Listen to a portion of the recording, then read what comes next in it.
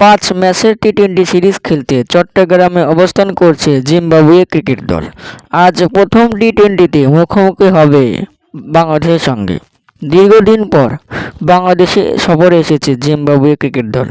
সামনে টি-20 বিশ্বকাপের প্রস্তুতির জন্য এই সিরিজ আয়োজন। জিম্বাবুয়ে ক্যাপ্টেন সিকন্দর রাজা এসেছেন পরিবার নিয়ে। বাপ ছেলের দারুণ প্রত্যাশা, এই সিরিজ যেন জিততেই হবে তাদেরকে, দেখে দিতে হবে তার স্ত্রীকে।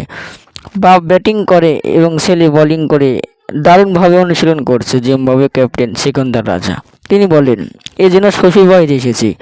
বাংলাদেশের সাথে আমার প্রথম অভিষেক, হয়তো জানি না এটাই আমার শেষ সফর হতে পারে।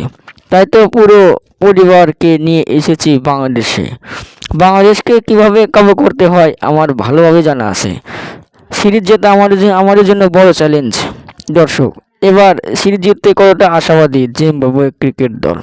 আপনাদের মতামত কি? কমেন্টের মাধ্যমে জানিয়ে দিন।